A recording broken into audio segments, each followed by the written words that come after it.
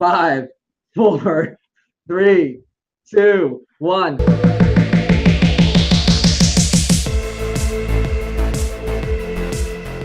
Hello, everybody, and welcome to the Real Estate Social Rockstar Show. Today on our show, we have the pleasure of interviewing Bubba Mills. Bubba, thank you so much for joining us on the show. Bubba, I'm gonna let Bubba introduce himself, but before I do that, I want to tell you one of the main reasons that I asked him to be on the show, and it's because I actually heard him being interviewed somewhere else, and he was sharing some really great advice, and I thought it was fantastic, and I internalized that advice. So when someone says something and I listen up, I know it's good, and so I want to take the great advice that he has and share it with you. So the topic of the show today is going to be all about helping you grow your businesses. And it's going to be about quit being a salesperson and start being a solution provider. So that's what we got. Bubba, thanks for joining us on the show. How you doing? I'm amazing. Thank you very much. And I'll make sure I send you a check for that great intro. I love it. Look, I just love coaching. That's just it. I'm hoping that during the session, people will ask questions. I don't have a problem going off script. If you want to do a live coaching call, I'm down with it. When being the CEO of a coaching company, the interesting part is I tell stories and I coach based on life experiences. You agree with that? Yeah. Like every single time you hear me talk, it's about a story. It's about life. Mm-hmm. So if you don't mind, can we share an experience together? Yeah, before we do, and that's an awesome start, can you tell people a little bit about yourself, your coaching company, what you do, so just a little frame of context? Love it. We are an international real estate, mortgage, and small business coaching company called Corcoran Consulting and Coaching. My name is Bubba Mills, and I am the CEO, and my wife, Beverly, is the COO. We specialize in real estate, mortgage, and small business. However, most of our clients that we coach, I don't teach you how to sell real estate. I teach you how to run a business.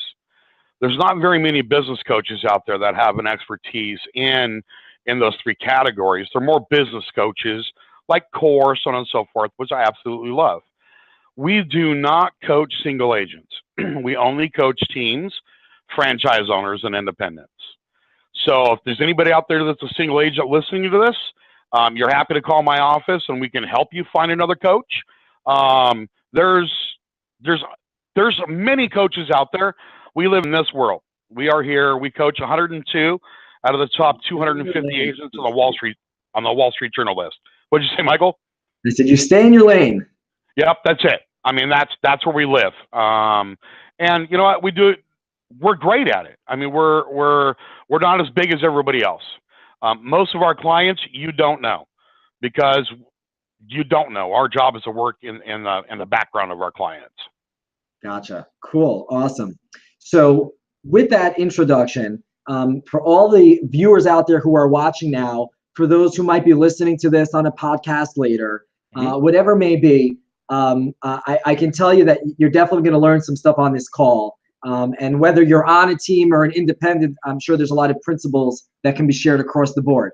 So thanks for sharing with them. So yeah, let's share a personal experience. And just everybody knows, to keep this real, me and Bubba, we talked for like 60 seconds before this started, and we were just talking about technically getting it going. So we have to share this experience. The only thing I know about Bubba, other than seeing him interviewed, is that he has a cup in his hand that says love on it. And then he had two dogs going on there in the background. Oh, there we go. My San Diego Chargers water mug, yes. So that's what we got, and I got my Snapchat mug over here. There you go. So all right. So look, we coach hundreds, probably thousands of agents on teams. I've been in this industry since 1988. And every year we talk about technology, right? Technology is a game changer. However, sometimes it's a hindrance. So the reason why is because a lot of people use it as a crutch. Like I sit there and I wait for the back end of Boomtown or Commissions Inc. or Tiger Leads or VoicePad or any of these companies that just start sending me leads. Okay. So I want you to experience a real life experience, because when I started my business back in the 80s, you could do mortgage and real estate. So I had the blessing of being able to do them both at the same time. But I want to go through a life experience in today's world. This experience happened November of last year to me and my wife. You want to role play with me, Michael? Yes, please. Tell me. All right. So we woke up and I said, you know what, Ben? I think I want to get a bigger TV. And she said, what do you mean? I said, well, I want to go big, but we had a new entertainment center. I want to get a 55-inch widescreen TV, 4K, all that kind of crap, right? And she finally broke down. My wife's a CS personality, so it takes her a long time to make a decision. And she said yes. What's the first thing that you do when your wife says yes, you can buy a big screen TV, Michael? You buy real quickly before she changes her mind. True, but I'm talking actions. Like I went online to Best Buy, or you can go to Fry's or whatever. I went online to Best Buy and I started searching for TVs, right? Yep. So I searched for TVs. I found the TV I was looking for. And I said, all right, babe, get in the car, let's go. We drove to Best Buy. We go into Best Buy, and we went to the TV wall, which is the largest wall in all of Best Buy. We all know this, okay? So I went up to the TV wall, and I was like, okay, that's the one I'm looking for. Out of nowhere, this voice comes from the right-hand side of me. It says, sir, can I help you with anything? And I said, I turned around, and one gentleman, blue shirt, yellow writing, Best Buy, and it said Sony. That's exactly what I was buying, was a Sony. And I said, yeah, I'm just looking for this TV. Now, pause. I'm going to tell you my two favorite statements that you can get to redirect anybody. One is out of curiosity, and two is by the way. Those are two transitional statements. If you say either one of them, you can get anybody to answer anything afterwards. Okay? So this guy says, out of curiosity, and I went, ooh. He says, will everybody be sitting directly in front of the TV? Now, Bubba, being a little bit of a sarcastic individual, in my head said, what a stupid question. That's what I'm thinking. I'm a sales guy, and I said, okay, let's listen to his speech. You know what? No, technically, I have a sectional. So, you know, on one side of it, somebody will be a little bit, you know, off from the normal. And he says, there's a new technology out by LG. And LG, it's not a curved TV, but on the very, very ends, 1/8 of an inch corner, okay, it's curved. So anybody up to a 35-degree angle looks like they're sitting directly in front of the TV. And I went, holy crap. He goes, you want me to show you that? And I said, yeah. And he says, okay, well, come with me. And we start walking away from the TVs, and I'm like, whoa, whoa, whoa, son. Like, TVs are over here. He says, well, we don't carry it in the store. Look, I'm an old school kind of guy, right? If I can't touch it, I can't feel it, I ain't paying for it. It's not going to the back of my car. And I was prepared to take this TV home. Yeah. He goes, well, let me show it to you. So what does he do? He walks us over to the sales desk, right? Goes over to the sales desk. He turns the little computer around, and he starts looking. He goes, see, right here, LG. Clicks on the details, scrolls down. See this? It says LG 255, 836, and then it has a little description. He goes, that's what I'm talking about. He goes, and it's $200 cheaper than the Sony that you're looking for. And I said, wait a minute. You work for Sony. And he said, no, sir. I work for you. And what's best for the client is what's best for the company. I'm just an expert in Sony, but I work for Best Buy. So it's what you need. And he goes, I'll have it delivered to your house in 48 hours. I said, you know what, son? I'll take it. Now, story's over. I want you to think about this really quick. Did I make up my mind that I was buying a big screen TV when I walked into Best Buy? Yeah. I did, right? I knew I was buying a big screen TV. Yep. I knew exactly where they were. I walked up. I wanted that one. Did he have to sell me a TV? Did he have to? You were going to buy one. He didn't need to sell you. No one had to sell me anything. He just had to tell me things I didn't need. I didn't know. He became a solution provider. You agree with that? Yeah, 100%. Okay. Now let's think about this. When you want to buy a house and you wake up and you have this inclination, you and your wife want to buy a house, what's the first thing that you do? I go online, I look. Interesting, isn't it? Let's walk this whole process through. I go online and I look at them, and I find a couple I want to look at. And then what do? I usually go and see the houses, don't I? Yeah. Or I'm online and I'm on your how much is my house worth, or do you want to buy a home website, and I put in my contact information, right? Yes. If I already decided that I want to buy a house,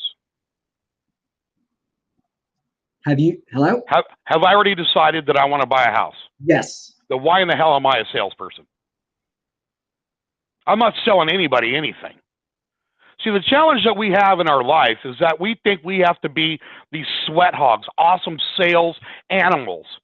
Look, 90% of the leads are coming through the internet. They're calling off of our signs. They're calling in on some kind of media. They already know they're buying a house. Yeah. But we take this attitude that we got to sell the crap out of them. No, we don't. Literally, we don't. We are put into this category of used car salesmen. That's how the consumers feel that agents are these days. They're pushy, they're salesy, they're everything.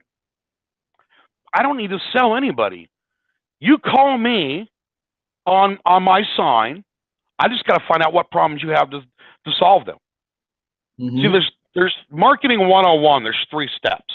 We got to know the problem. We got to provide the solution. Okay?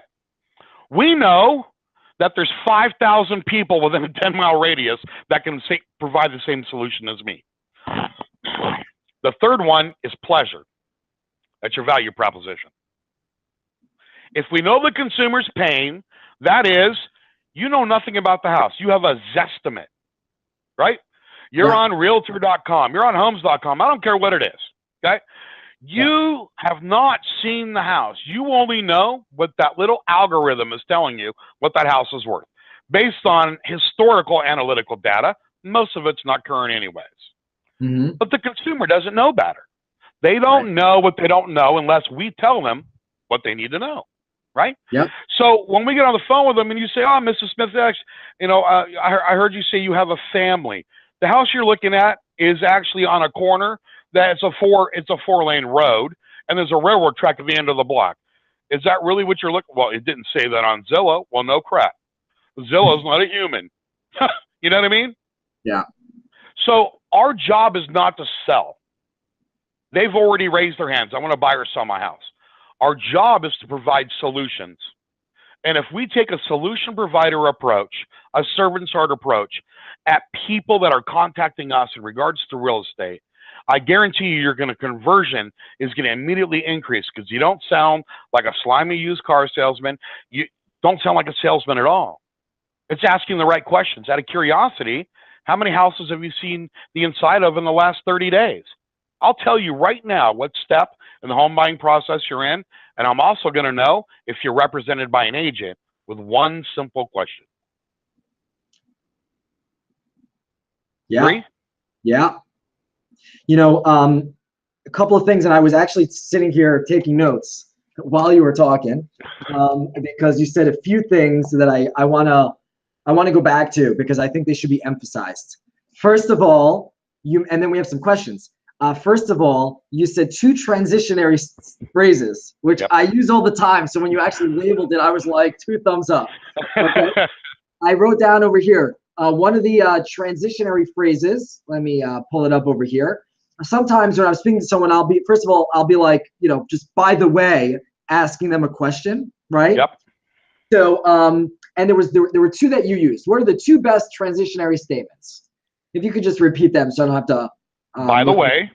By the way, good. My favorite is out of curiosity. Out of curiosity. Out of curiosity. So it's funny because when I'm talking to my agents here, my company, and I say, when somebody calls you and they get you through a lead, they're calling you from an internet lead, whatever it is, the first thing that when you're talking to them is, ask them for their email address. Because sometimes you don't get their email address. They come in through some system, right? And they're like, oh, well, I'm uncomfortable asking for an email address. People don't always want to give it. And I always say, just you talk to them and you say, by the way, what was your email address again? Right. And they always give it. Yep. They're like, oh, did I give it to you already? Oh, I don't know. Oh, sure, here it is. And so don't forget, Brilliant. Just in case we get disconnected, what's the best number to reach you at? You don't ask for it. If you ask for it, you have a 50% chance of them saying no. Quit asking, right? Use the not a sales technique. What it is called consumer confidence statements. The more confident you are with the consumer, the more you feel that you are establishing a layer of professionalism. Here's a trick. You want me to give you the best sales tool I've ever had in my whole life? I would love for you to give the best sales tool that you've ever had in your life. Michael, do you have 7.5 minutes for me to talk to you about your dream of home ownership? What stood out to you the most? What stood out to me the most in that statement? What stood out the most? You asked me if I have 7 minutes. 7.5 minutes. 7.5 minutes. It's odd, isn't it? What? It's an odd statement. Yes. No one has ever said to you, Michael, do you have 7.5 minutes? No. Because if I ask you if you have 15 minutes, you don't have 15 minutes. You live in New York. 15 minutes is like an hour. Yeah. Yeah. Okay? You don't have a half hour. Everybody in their life has 7.5 minutes. So this is the rule of thumb. Okay? When you start the conversation with them on your phone, everybody has them, start the little clock on it. 6.5 minutes into the call, this is your script. Ready? Pen and paper. Here it goes. Michael, I told you at the beginning of the call that I would have 7.5 minutes. We're 6.5 minutes into the call right now.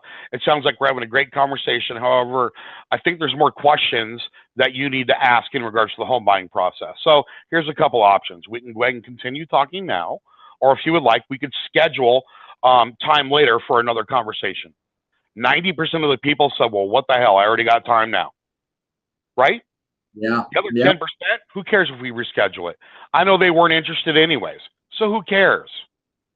Yeah. So just by saying that script, I established professionalism, trust, respect, and timeliness in one statement.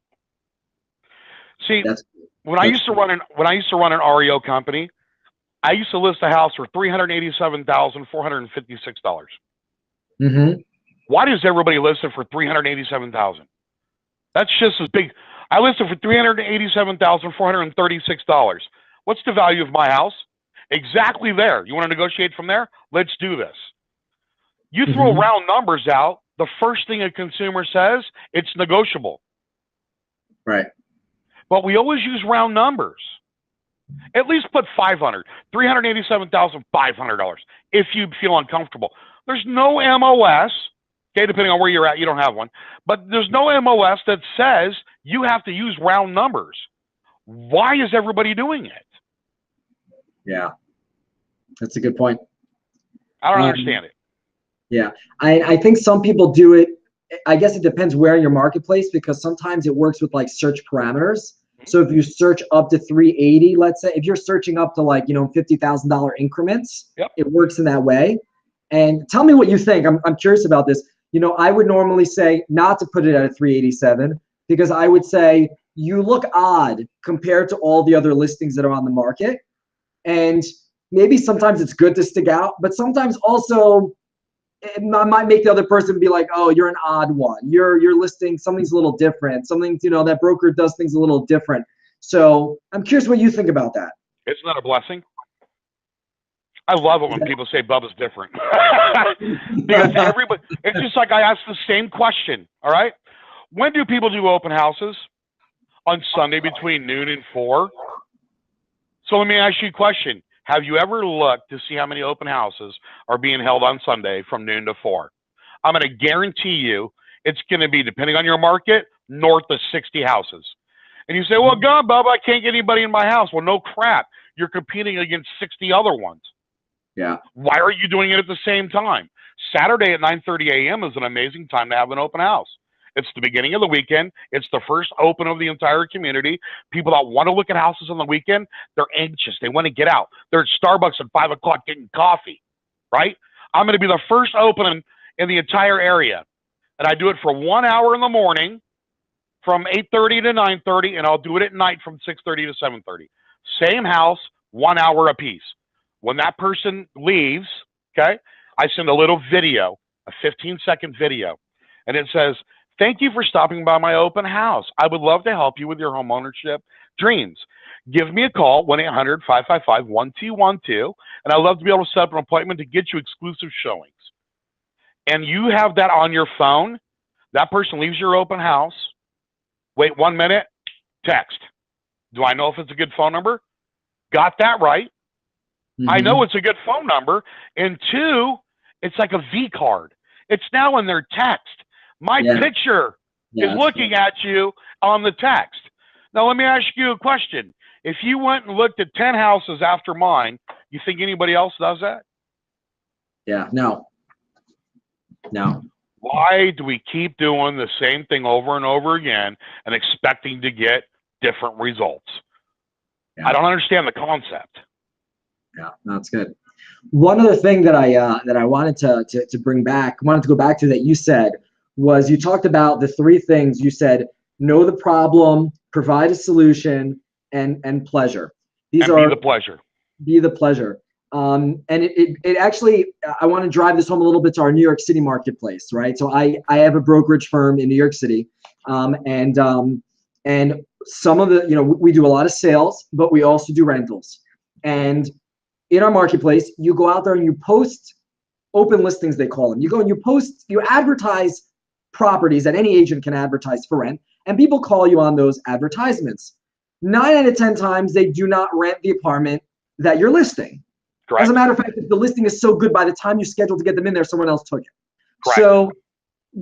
So I'm always trying to tell people, when you're advertising a property, your goal isn't to rent the property that you're advertising, it's to get the phone to ring. Now, when you're getting the phone to ring, I started thinking what you just said, at that point, are you being a salesperson? I don't know if you're being a salesperson. You're being someone who knows somebody needs a solution. They have a housing need. They're telling you by calling you, they have a housing need. Who cares what they called you about? They could have just said, I have a housing need.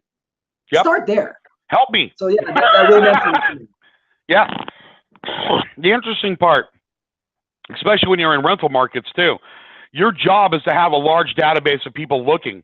So that way we can make it first come, first serve when it goes out. Instead of looking for people to rent the property, I have people, I'm looking for the property. I'm in immediately. So it's the same thing with open houses. Only 2% of people buy an open house when they go into an open house.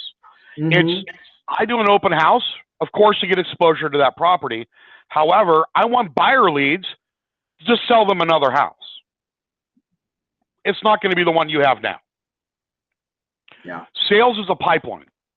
And people take this industry sometimes not as face value. Look, I own the collection agency. I own the identity theft protection company, real estate, mortgage companies. I've owned everything. Every single company I've ever owned has been based on one thing. It's based on a sales cycle, a pipeline. There's only X amount of people that are willing to do business today. X amount of business next week, next month, 3 months, 5 months, 6 months. Everybody, our statistics are north of 60% of people that start real estate are out in 18 months. And why is that? It's because they didn't effectively build their pipeline for 3, 4, 5, 6 months. They got a 1 or 2 done shot. Excuse my language, but they pissed off their entire SOI, because that's what we do. Hey, call all your SOI when you get real estate. See if they buy or sell. You have less friends when you start real estate, right? And you're not building for anything else. You're getting your 1 or 2, and then you're done.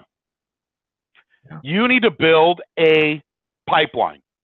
You need to build a pipeline when you have property management. When you are doing REO, when you're doing traditional, when you're doing commercial, when you're doing rentals. It's the exact same process. What's the best way for a real estate agent or a team to build a pipeline? I am a firm believer of door knocking. Okay. Okay. So, and I'm assuming in New York, you have a lot of areas where you cannot do open houses or that kind of stuff in your complexes, correct? Yeah, actually, in our complexes, you probably can't door knock. You could probably cold call, yeah. But yeah, door knocking is harder. But continue with that, because there are plenty of people listening that can't I sponsor a going away party? Can you sponsor a going away party? Definitely. And can't the going away party be marketed throughout the condo place? That's great. Yeah. I mean, look, It's the cat. It's the skin. It doesn't matter. At the end of the day, if somebody tells me I can't do something, I guarantee you I'll do it. It's just going to be repurposed. Right. I'll throw a going away party for the name. Hey, come on in, say goodbye to Shelly and them. You know, we're getting ready to buy them a new house over in Manhattan right there. You know what I mean? That's what we do. I don't have to door knock now. I'm dropping off invitations for a party. You know, there's so many ways of doing things. The problem with it is look, I have a client, Florida, very high-end area, okay? 1+ million, you know, gated communities. Mm-hmm. There's this older man that always walks by the neighborhood, all that kind of stuff. My agent was talking to him going, you know, hey, I see you all around. What's your name? You know, kind of thing. The guy's retired. He was part of city council. He's been around forever, all that kind of fun stuff. So I was talking to my client, and I said, I bet you that guy's got access to every single gated community out there. He's old. He's like 70 years old. He just likes to walk. He likes to meet people. He's a people person. I said, why don't you give the guy $100 and have him drop off flyers? He's already going into the neighborhoods. I don't need to go in. I'll have them go in. So we got 2 listings in the first 2 weeks. Go figure. Because nobody else can market in there. Think out of the box, and we can make great business. This guy's happy. You know, you got to be careful because of Social Security rules. He can't make too much. That's a shame. But the guy just loves life. So there you go. There's $2 million plus listings, paying somebody $100 to deliver something. So I got a question for you here. Rick asked a question, and it's a little maybe off topic. So, you know, you can decide whether you think we have time for this. But his question is, what is the #1 reason a real estate team fails? Complacency. Complacency. Yeah. So and in fact, it's the #1 reason why all companies fail. It's because they get good at what they do and they could get complacent. People are moving around them. If you stop and think that you're the only one doing what you're doing, you have a problem. However, you're doing it good. You're paying your bills. There's hungry people out there that are eating your lunch. If you're not moving, you're not shaking, and you are not updating, enhancing your service experience, enhancing the client experience, you're out of business. So if you're going to build a team, 1, don't be complacent. Always look for change. 2, you hire the wrong people. There's a mentality of an agent on a team versus an independent agent. Somebody that goes 95% split independent agent or pays royalty fees or franchise or whatever, they're hunters. Okay. Mm-hmm. Most people can't afford real estate because they can't afford marketing, advertising, signs. They can't afford videography, photography, everything else. So what the team value is saying, look, you're not going to make 95, you're going to make 50 on the buy side. However, all you have to do is come in and fish in my corporate pond. We're paying for leads. We have a transaction coordinator. We're providing all that for you. There are great salespeople out there. They just cannot afford real estate. They can't afford the marketing part of it. A team is the best part of it because they are gatherers. They can do twice as much business as an individual agent. They're going to make half the amount of money, but they also have 0 risk, 0 out-of-pocket expenses. So that's the value of the team, is getting the wrong people. If you go and get those hunters on your team, they just want your job.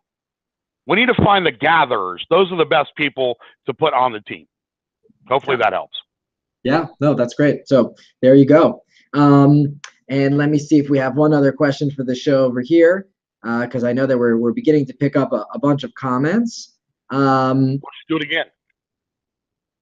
So, Bubba, let me ask you this. So you focus on helping teams grow, right? Correct. And what do you see as the biggest difference between a team and a company? Or do some companies work like teams? So I coach mortgage and real estate the exact same way. We build a team on mortgage the same way we build a team on real estate. If you just look at even like a manufacturing company, it's the same way that it's built as a real estate company. You have your director of first impressions, you have your sales, Okay. You have, once the sale's done, then we have the manufacturing people. Those are our listing coordinators, closing coordinators, so on and so forth. And then we have the in supply. So if I coach a manufacturing company or a real estate company, it's the exact same thing. It's managing the client's expectations based on what their why is, not your why. So building a team, and in my professional opinion, if I went back and bought another real estate company, I would not do a brokerage again. I would do a team only. I don't like the model of 400 agents independently, all having 400 different problems and only doing 4 transactions a year. I'm not interested in that model. I'd rather have 4 people. I've got 3 or 4 teams that are buyer's agents doing 100 transactions a year. Yeah. No, I hear you. It's interesting. The reason I asked you this question, obviously, I own a brokerage, right? Mm-hmm. But I believe that brokerages, should take a lot of the things that teams do and make it part of the brokerage. Agree. Education, coaching, accountability. Yeah, accountability is in there, helping agents, across the board. I mean, there's the biggest part of when I look at my company, my biggest role as the owner of the company is to raise the IQ of the company by bringing in individuals who better the company. They bring in something to the company that betters the company.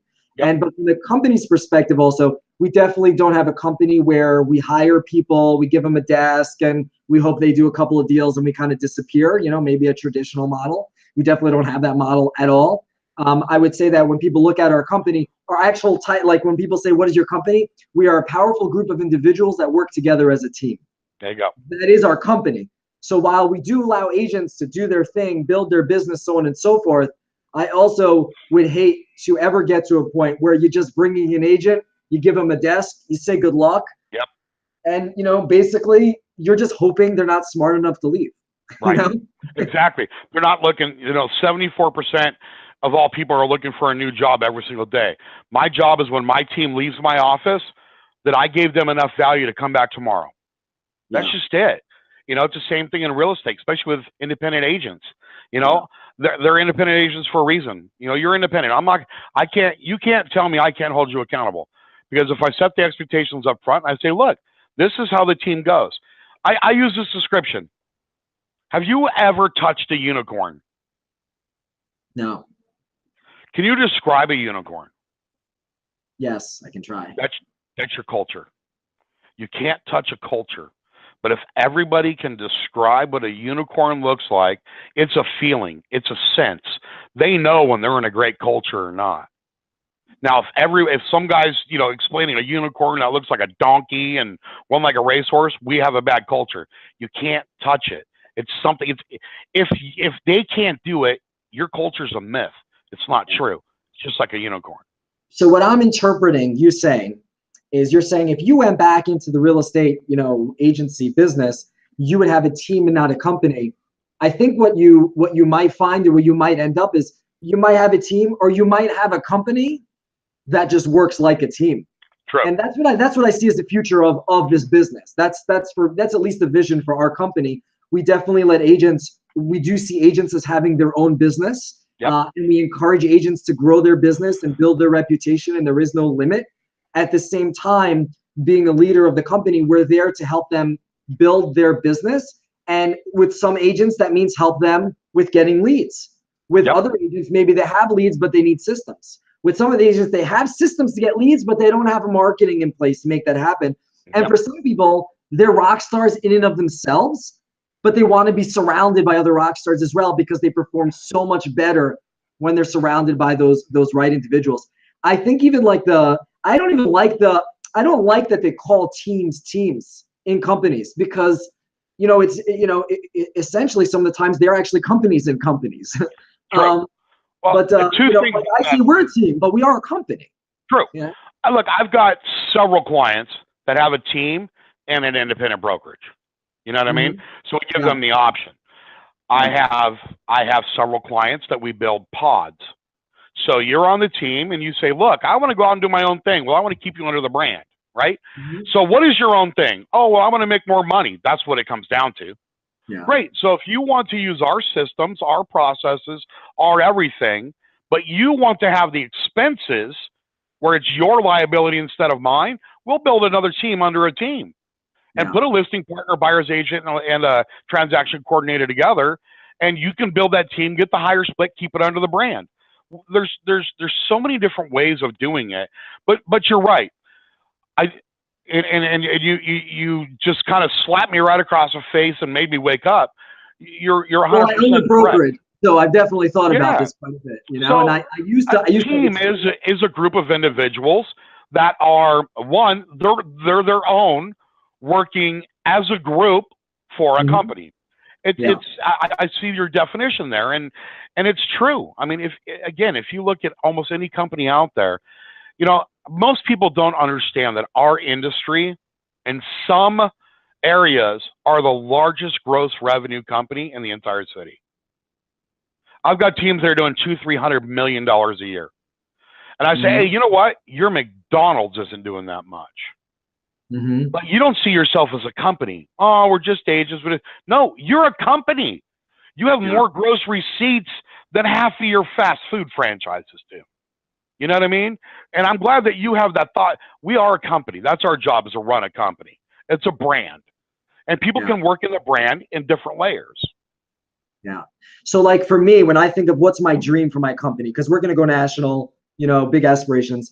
And when I dream of what my company is, first of all, it's a picture and a feeling more than anything. It's a feeling of walking into like a huge space where everybody is happy, positive, helping each other grow, where I could sit home and watch TV if I wanted. Let's say I was a billionaire and didn't need any money. I'd want to come to the office because I would live off of the energy of the people in the office. Like, I'm trying to build my friends. I'm trying to build a place where I want to go hang out with people.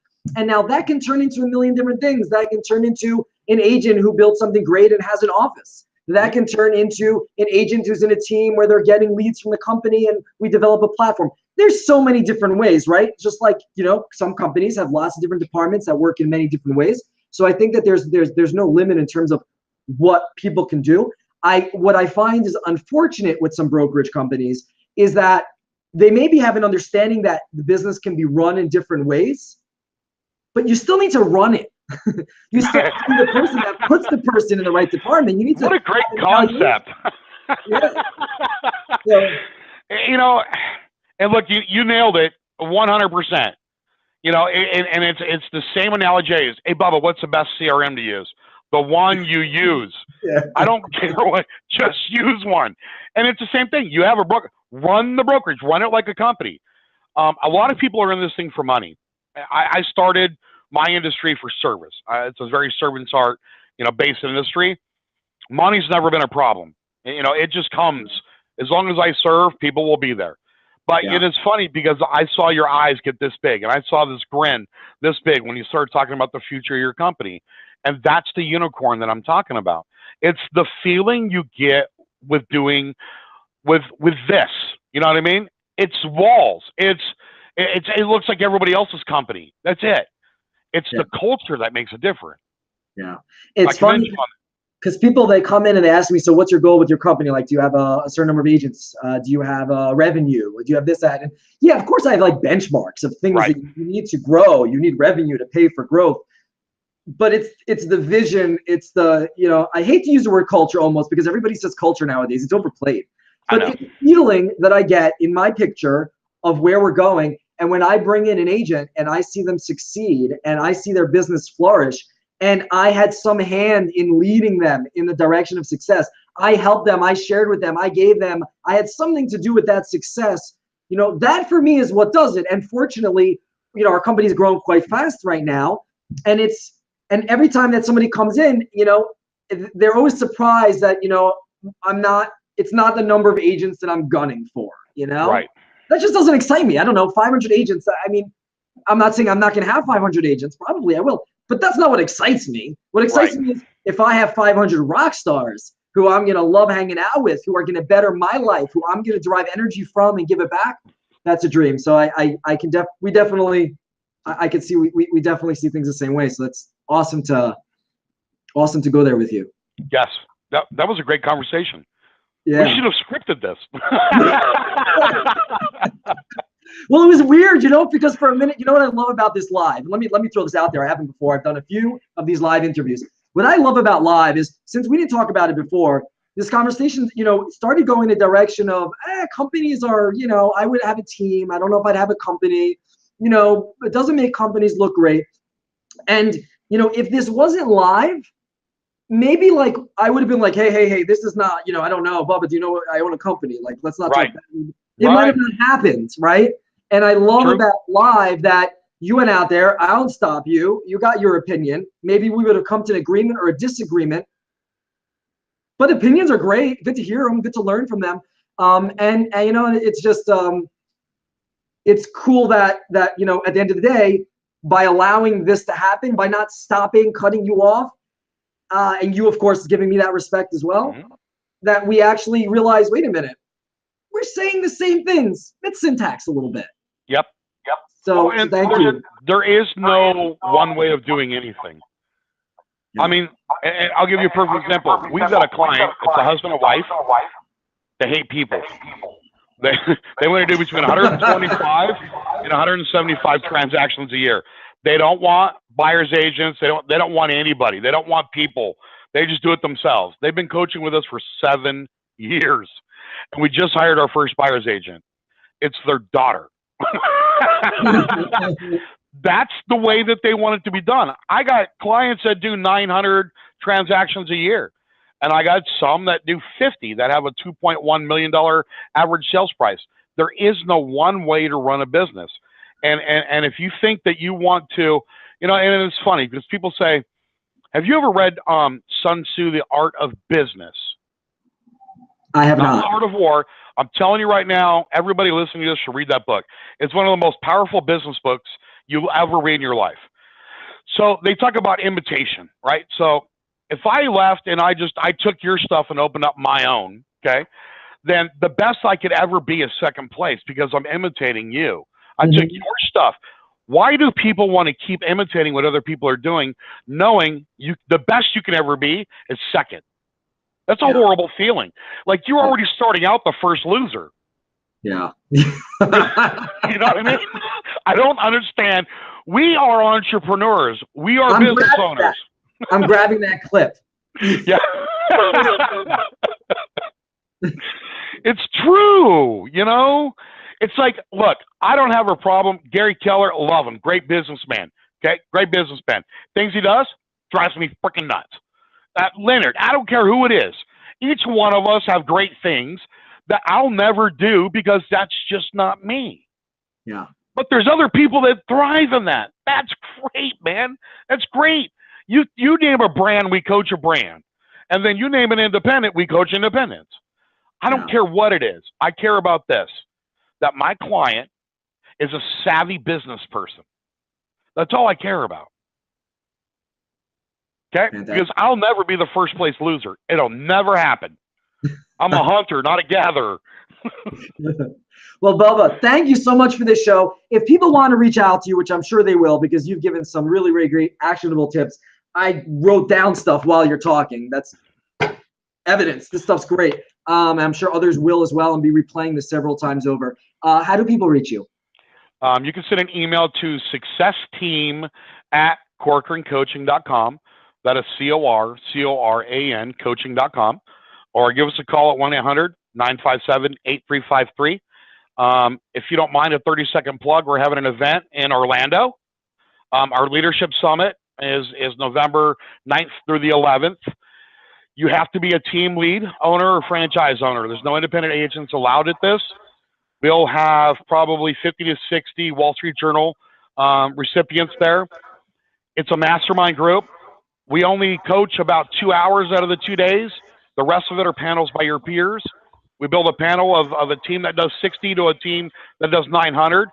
And we do a mastermind. And we talk about best, buyer agent leads, listing leads, culture, team building, ROI, spreadsheets, tracking. And then we have a mastermind at each one of the tables.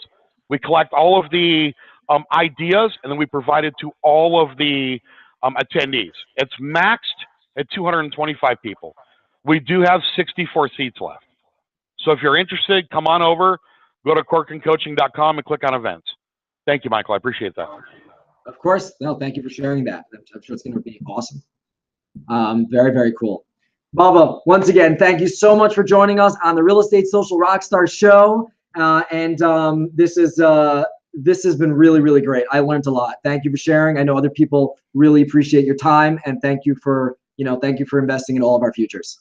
Well, I appreciate what you do. I mean, what you're doing is a service to our industry, and I appreciate that and respect that very much, Michael. I really do. And it's been my honor to do this with you. My pleasure. If anybody wants to reach out to me, you can reach me on either Facebook, Michael Meier NYC. You can reach me on Snapchat, Michael Meier NYC, or you could just look up meierrealestate.com and reach us there. Thank you, everybody. Thank you, Bubba. Have a good day, everybody.